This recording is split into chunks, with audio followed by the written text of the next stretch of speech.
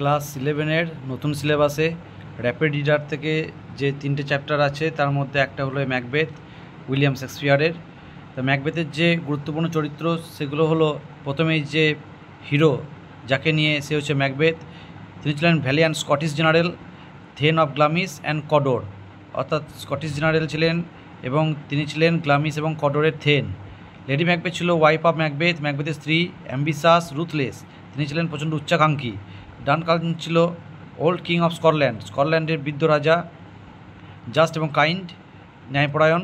Malcolm ছিল এল্ডার son of Duncan, ডানকানের বড় ছেলে, যে পরবর্তীকালে বিকেম কিং টু রাজা হয়েছিল এবং ওয়েন টু ইংল্যান্ড। তিনি ভয়ে ম্যাকবেথ যখন তার বাবা অর্থাৎ ডানকানকে হত্যা করেছিল তখন তিনি ইংল্যান্ডে চলে গেছিলেন। ডোনাল্ড, সে ছিল ইয়ঙ্গার সন অফ ডানকান, ডানকানের ছোটো ছেলে। ব্যাঙ্কো ছিল ওয়াইস স্কটিশ জেনারেল, যে ছিল ফ্রেন্ড অফ ম্যাকবেথ, ম্যাকবেথের বন্ধু, আর হি ওয়াজ কিল্ড বাই ম্যাকবেথ, সে ম্যাকবেথের দ্বারা মারা গিয়েছিল। ফ্লিয়েন্স ছিল সন অফ ব্যাঙ্কো, ব্যাঙ্কোর ছেলে, এসকেপড ফ্রম ম্যাকবেথস ক্রুয়েলটি, যে ম্যাকবেথে যখন তাকে হত্যা করতে গিয়েছিল ব্যাঙ্কো মারা গিয়েছিল কিন্তু ফ্লিয়েন্স বেঁচে গিয়েছিল। ম্যাকডাফ ছিল থেন অফ ফাইভের then, say joint Malcolm in ইংল্যান্ডে ম্যালকমের সাথে যোগদান করেছিল, যে ছিল ডানকানের বড় ছেলে, এবং তার ওয়াইফ এবং তার সনকে, তার স্ত্রী এবং ছেলেকে ম্যাকবেথ মেরে দিয়েছিল। শেষ পর্যন্ত এই ম্যাকডাফ বিহেডেড ম্যাকবেথকে শিরচ্ছেদ করে তাকে হত্যা করেছিল। এখানে যে তিনটে যে উইচেস আছে, এখানে যে ছবিগুলো আমরা দেখতে পাচ্ছি, ম্যাকবেথ, লেডি ম্যাকবেথ, এবং এখানে 3টে উইচ, পেতনি, যার সাথে ম্যাকবেথে দেখা হয়েছিল। এখানে প্রথম পেতনি যেটা সে ম্যাকবেথকে বলেছিল থেন অফ গ্লামিস, যে সেকেন্ড উইচ ছিল সে ম্যাকবেথকে বলেছিল থেন অফ কডোর, যে থার্ড উইচ ছিল সে ম্যাকবেথকে বলেছিল you will be the king of Scotland hereafter, মানে পরবর্তীকালে সে ইংল্যান্ডের রাজা হবে। এই উইচরা ছিল স্ট্রেঞ্জ এবং they had beard, wrinkle skin, তাদের ছিল দাড়ি, কুকড়ে যাওয়া চামড়া, ওয়াইল্ড ড্রেসেস, সুপারন্যাচারাল পাওয়ার ছিল এদের, এবং ইভিল ফোর্সেস, এরা ছিল খারাপ শক্তির প্রতীক। ম্যাকবেথ যে ক্যাসেলে থাকতো, দুর্গে, তার নাম হচ্ছে ইনভারনেস। যে পাহাড়টার ওপরে ছিল সেই পাহাড়টার নাম হচ্ছে ডানসিনেন হিল, এবং যে জঙ্গলটা ছিল সেই জঙ্গলটা হচ্ছে বান্নামুড।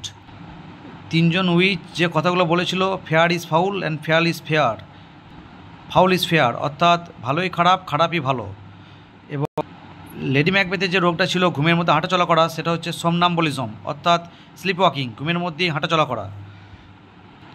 এরপর ম্যাকবেথ পরবর্তীকালে যে 3জন উইচ পেতনিসে দেখা করতে গিয়েছিল, সেখানে 3টে স্পিরিট এসেছিলো। ফার্স্ট স্পিরিট, সে ছিল একটা আর্মড হেড, অর্থাৎ সশস্ত্র মাথা। সে কী বলেছিল ম্যাকবেথকে, be aware of the thane of five, অর্থাৎ 5-এ যে থেন ছিল ম্যাকডাফ, তার থেকে সতর্ক থাকতে বলেছিল। সেকেন্ড স্পিরিট, যে ছিল একটা ব্লাডি চাইল্ড, মানে রক্তাক্ত শিশু, সে বলেছিল Macbeth had no fear of a man born naturally of a women's home, অর্থাৎ যে একজন স্ত্রীর গর্ভ থেকে জন্মগ্রহণ করেছে তার থেকে ম্যাকবেথের কোনো ভয় নেই। এগুলো সবই ডবল মিনিং ছিল, যেগুলো ম্যাকবেথ বুঝতে পারেনি। পরবর্তীকালে ম্যাকডাফ যখন ম্যাকবেথকে হত্যা করে তখন ম্যাকডাফ বলেছিল সে যখন জন্মেছিল তখন তার মায়ের গর্ভ থেকে একটু সময়ের আগেই সে বেরিয়ে এসেছিল।